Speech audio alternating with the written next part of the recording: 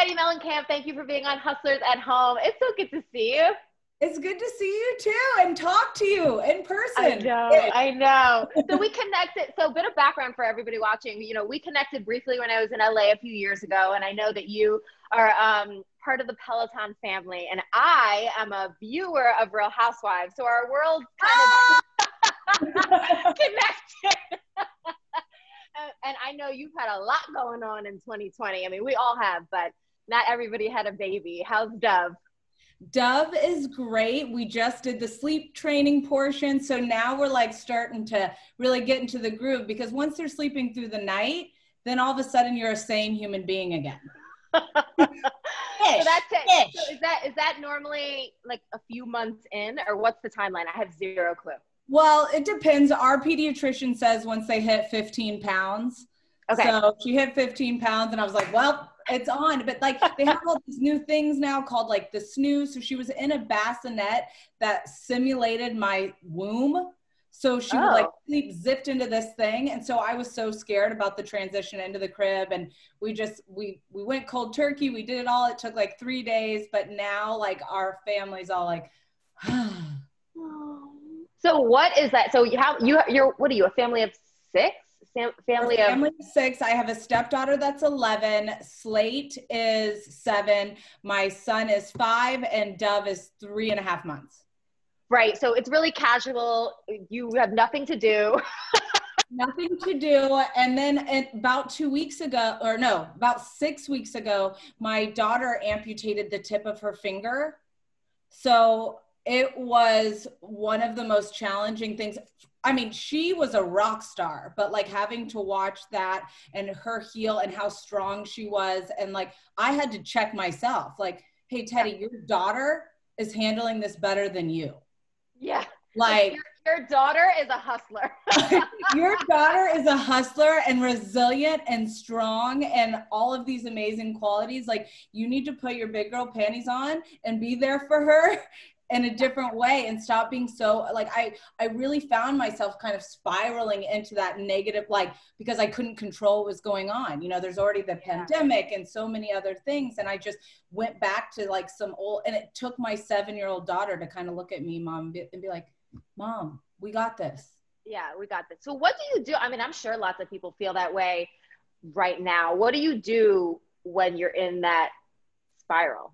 I mean, I think the first thing for me is I have to realize it's happening and I have to take ownership for my part in it. And then I have to go back to what I know works. And that's taking care of myself, scheduling an hour into the day for me, a non-negotiable, and making sure that happens, because when that happens, I'm able to take care of everybody else so much better.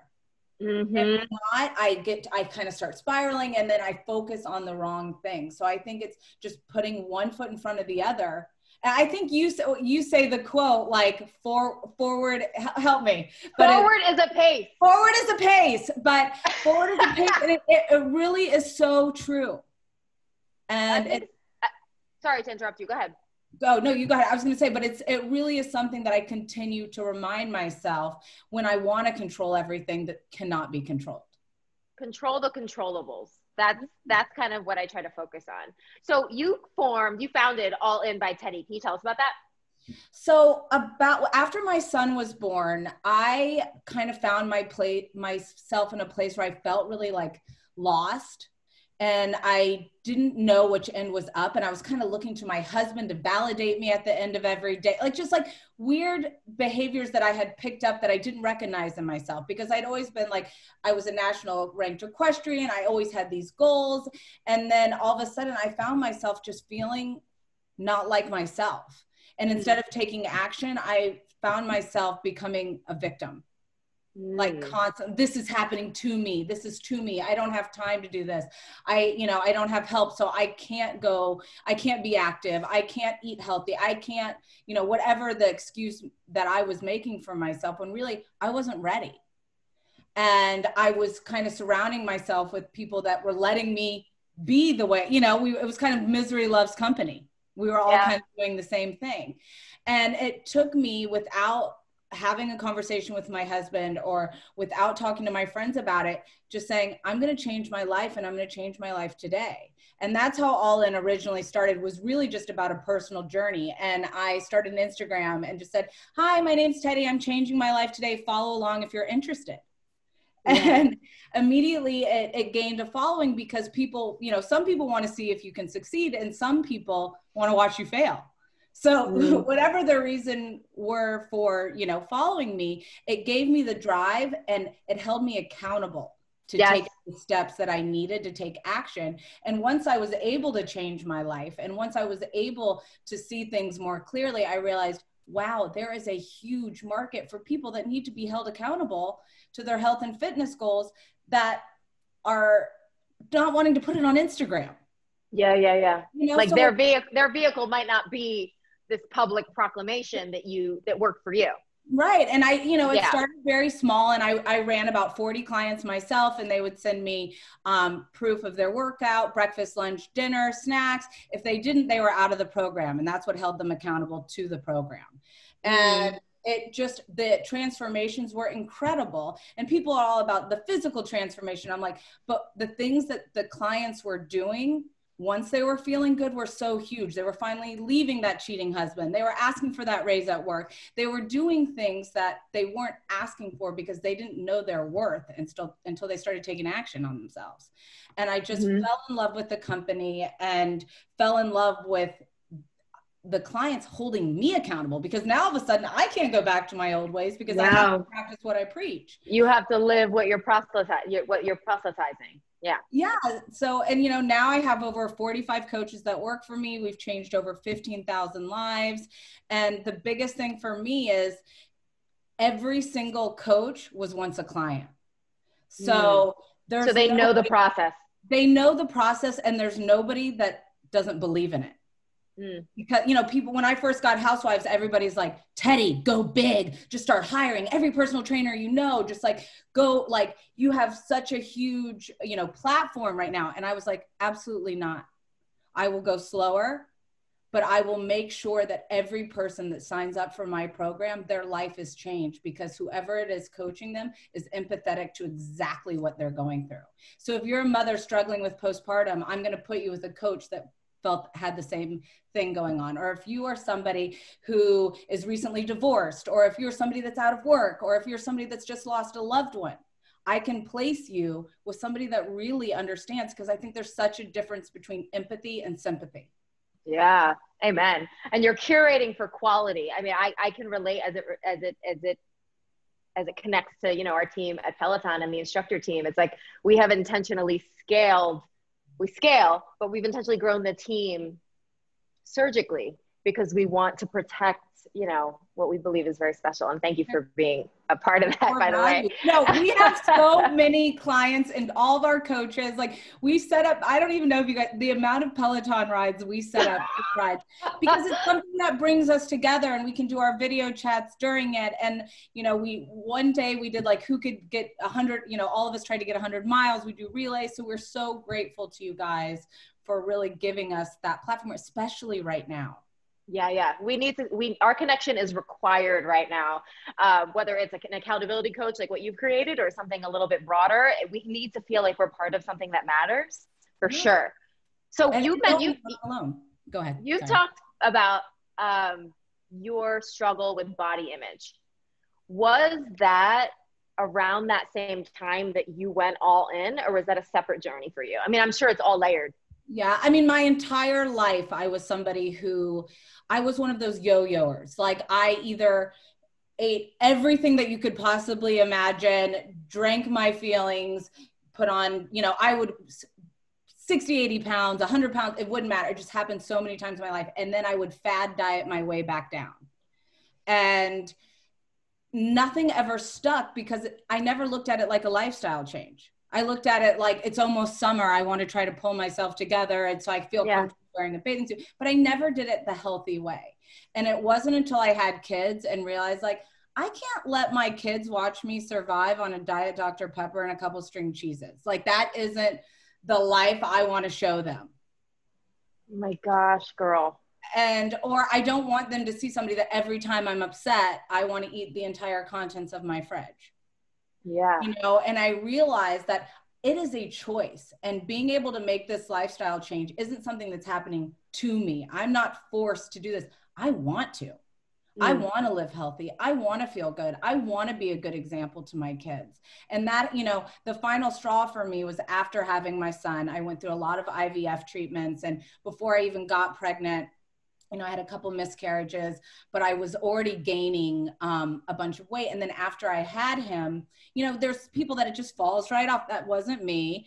And instead of taking any kind of action, I just got sad. And I had a lot of postpartum anxiety.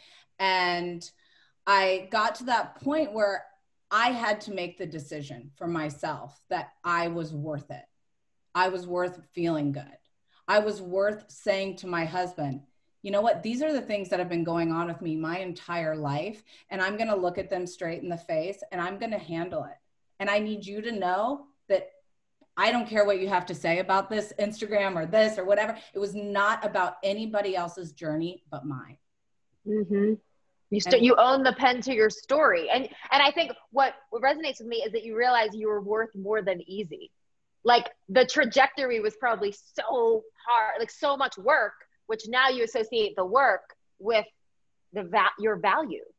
For sure. And I think at the beginning, you know, so often you want immediate results. And I'm not talking about the physical results, but like people that want to, you know, talk into a fitness space or health and wellness or whatever it may be, they want to immediately have, you know, I've been doing this 5 days and I'm not getting the reaction I want. And then they end up quitting because they're doing it for other people. For me, I didn't care what looked good on Instagram. I was like, this is what I need. I need to do this for me. And then ultimately what fills my tank now is completely different. It's seeing what is changing somebody else's life or figuring out a way to help make somebody else's life seem more manageable and giving them those tools. That's what fuels me now. But before it was, how am I going to get through the day and be proud of myself?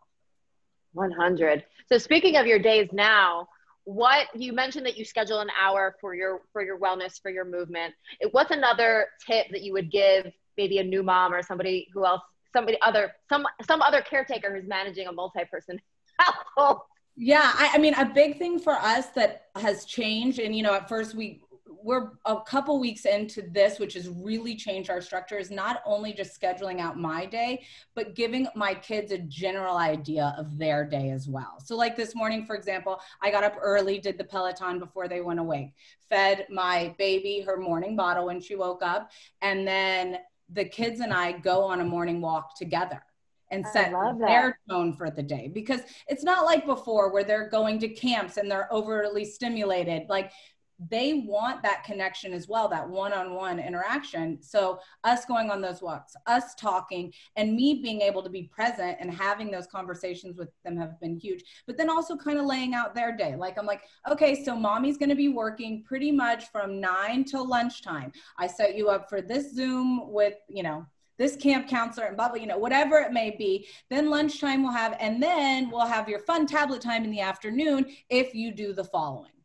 So it really sets us all up for, I mean, not every day is perfect. You know, my son half the time, like he'll probably walk in during this call and be like, I'm bored on this Zoom, Mom. But I think it's giving them an idea of what they have for the day. And also telling them this is a really busy day for mommy, just so you know. Like, I'm filming today, I'm doing a podcast, I have this, I have that. And then setting your family's expectations. I've never really heard, I mean, it's so simple. It's like, it works for adults, and obviously you have to modify for a kid's understanding, but they also want to know, like, what's happening? What's happening? What am I doing? What's expected of me? Yeah. And if you're just like, you know, some days you're a little stressed with work, if you're just acting stressed and you're not telling them why, they start to internalize it. Sure. If I start our day with like on our walks, like, guys, just so you know, it's a really busy work day for mommy. It's Monday. We've got so many clients starting. We've got this, we've got that. So I just want you to know it has nothing to do with you, but mommy is on one this morning. You know, like this is what's happening. Then they know, then they're not like, well, what's next? What's the, you know, they have a plan, and then we can all go from there, and, you know, chaos happens, but it makes it a lot more manageable for us.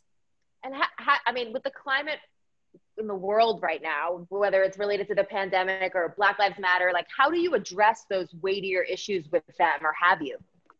I have, and for me, it really is by just learning and educating myself the way that, by the people that I respect and understand. You know, I've gotten so many books from just looking at social media and being aware of things that I wasn't necessarily aware of. And also being open to being wrong. You know, I think so often we get defensive. So, you know, somebody will say something to us and then we're not open to hearing what they're saying. So I've really taken a moment to say, okay, flood me with information, watch the movies, read the books, do all that you can, and know that you still have work to do. Yeah, and say that to your kid. Yeah. And be honest about the evolution and the education that it's required, just like anything else. Yeah. And because anytime we go in a ball inside of ourselves, we're not doing any good for us or for them. Thank you for that. And is there one resource in particular that you found helpful as it relates to, you know, the anti-racism conversation with children? I think that there is so many different mommy books that I have followed. But for me, do you know who Nichelle Hines is? Mm-hmm. She has posted so many useful things that I've been able, and you yourself have posted as well. That I'm just resharing. But that's what I mean. The resharing is so key because then you can click on it. And even I think maybe you posted something that Diplo posted, just so many random resources where I'm like, oh, wow. Okay, great. I need to write this down. I need to go. Yeah. But it's just constantly keeping your eyes open instead of just mindlessly using Instagram as a tool to disengage. Use it as a tool to go, wow, these are the people that I really am liking what they're saying. And I know that I can learn more from because this is where they're getting their information. Mm-hmm, for sure. So we have to talk about Housewives, girl. It's season 10. Brutal. It's season 10 of Beverly Hills. I know you can't spill tea early or anything, but how has this season been for you? Well, I mean, first off, I was pregnant for the entire season. So you're in a totally different mindset when you cannot have a beverage. Like you're very aware, like, because you have to be, you know, sometimes these dinners are long dinners. And like when you, like you have nothing, it became a running joke. Like ask Teddi what happened. Did this happen? Tell Teddi. Did Teddi hear so-and-so say that, you know, like it really. You're like a stenographer. Yeah, I was like, I got it. I'm not missing a crumb of information. I was already annoying before with like my type A personality, but now it's like in overdrive. What do you think the new experience with the new castmates was like? I mean, was that fun? You know, I think that it's always fun to have a new dynamic of people because it changes it up. And so many of us have big personalities in one way or another. And I think Garcelle came in and she is somebody who owns a room when she walks in, and she's a big personality. She's a lot of fun. She's comfortable in her own skin. Like she walks into a room and she is like, hello, you know, like obsessed right? With her. Like immediately lights up a room. Yeah. And I think with Sutton, you know, if you watch the entire season, we start off a little choppy. It's a little rough going for us. And, you know, but I did get to know her. And I think that's the hard thing about coming into this group is that, you know, sometimes you say things because like you're uncomfortable because you're in front of a whole group of people and also cameras are surrounding you and, you know, whatever it may be. But I think that's the beauty of it. You do see us all make mistakes. You do see us kind of learn from them or don't, but it's the good, the bad, and the ugly from all of us. Amen. Do you also watch, like, do you watch other seasons of other cities? I didn't watch anything when I had originally joined the show. Like I was like, you know, when I was asked, because I worked at CAA in the mailroom when I was a kid, like when I first moved to California at 17. So when they reached out to me and they were like, you know, would you be interested? I was like, well, I've never seen it. What do you guys think? You know, and they're like, we think it'd be great. I was like, okay, they know I'm like a know-it-all loudmouth. This is obviously. But I have started watching now and like I'm obsessed with certain franchises. Like I am obsessed with Potomac. Okay, yes. Have you watched Potomac? Yes, I've watched every season of every city. I don't know if I've watched every season, but I think I've watched every city at least a smattering. Yeah. So I love Potomac. I didn't watch Dallas last year, but I watched it the year before. So like, I think it depends on what's going on in my life, what I'm watching, like, or what my husband will tolerate. Yeah. He's like, we already have the cameras in our house. Do we actually need to watch the cameras in everybody else's house too? I'm like, yes, because I need to learn what's happening, you know, because sometimes you're so blindsided by stuff. That's why, like, in the confessionals, you know, sometimes we'll be getting along and then I'm watching something 7 months later and I'm like, what gives? Like, I thought we were cool. Why did you say that? You know, and that's why, I mean, the beauty of reunions, like, we're about to film ours in a couple of weeks or like maybe a month or so. And you'll do it remote, right? I don't know. We don't know. Or maybe, I don't know, in a month, who knows? But yeah, everything's like kind of still when we're doing our confessionals, there's no one here. It's just us and the computer and like the lighting and stuff. But it's kind of step by step. They did Atlanta remotely, but I don't know that they've made that decision for us yet. Do you have to like meditate on reunion day? Because it's just, I don't know, you know, you never know what happens post edit, but it feels like it's hours long of y'all there with Andy just in therapy, basically. It's the like so intense. I mean, the hardest thing in the reunion is you don't get to control the amount of time you speak for or what's shown. So even in the moment of the reunion, you may think you like had a really good reunion. And then you're like, well, I didn't really mean to say it like that because they can't, we film all day long and they only show a certain part of it. So sometimes a portion of what you said isn't really what you want it to be, your main point. You're like, wait, not that part of the snippet. No, don't show my face doing that. You know, like they always show me making resting bitch face. I'm like, do I ever smile? I swear. I can laugh. Like, I laugh at myself constantly. And you don't really see that side of me on Housewives, which I wish they would at least like, I know I'm type A and controlling and all of those things, but please just show that I don't take myself that seriously. Oh my gosh. That's amazing. I have admiration for the bravery because it does take an amount of bravery just to be like, this is who I am. I'm going to own this statement. I'm going to own. Because the beauty of watching that process is that you have to watch people own their stuff and just apologize and move on. And I think we're all in this phase, in this consciousness raising where we have to own our stuff, apologize, and move on. And I think normalizing that is incredibly important, even if it's in, you know, through a medium that is not as conventional. You know, not everybody has reality TV cameras in their house. Yeah, I mean, and you also realize things about yourself. Like I can't remember what season it was of mine, maybe my second season, I saw myself nagging my husband quite a bit. And I'm like, I need to reel this in. Like I need to actually like pump the brakes on this a little bit. Like, and I said to him, like, I apologize. I don't necessarily realize that I'm doing that. And he was like, you know what? I kind of like it because it like keeps me on point. Keeps things going. Yeah. It is something that like you don't see in certain things you don't see in yourself until it's like highlighted on television. You're like, ooh. Yeah. Oh, there's a there. That meme was created for a reason. That actually happened. But, oh my gosh, Teddi, I could talk to you all day. This time flew by. Now is your chance to put the host in the hot seat. Do you have a question for me? Okay, so this is from all of my coaches are trying to ask it. Is there a way, I mean, I'm trying to keep it on the positive, but is there a way that people can potentially be cheating the Peloton? I've now gone down the Google rabbit hole. Is there a crank? Is there something? What is the deal? Because I have like 3 like powerhouses that are like incredible. And they're like, we can't beat these people. What's happening? And I'm like, I don't know. And then they're like, we did research. Someone has a crank. I have read, you know, down in the depths of Reddit, I've seen some threads about certain theories, but the reality is that I honestly believe those folks at the top of the leaderboard are actually like the world's top athletes. You know, my husband sometimes will be at the top of a ride and he'll be like, I'm convinced that was Michael Phelps in front of me.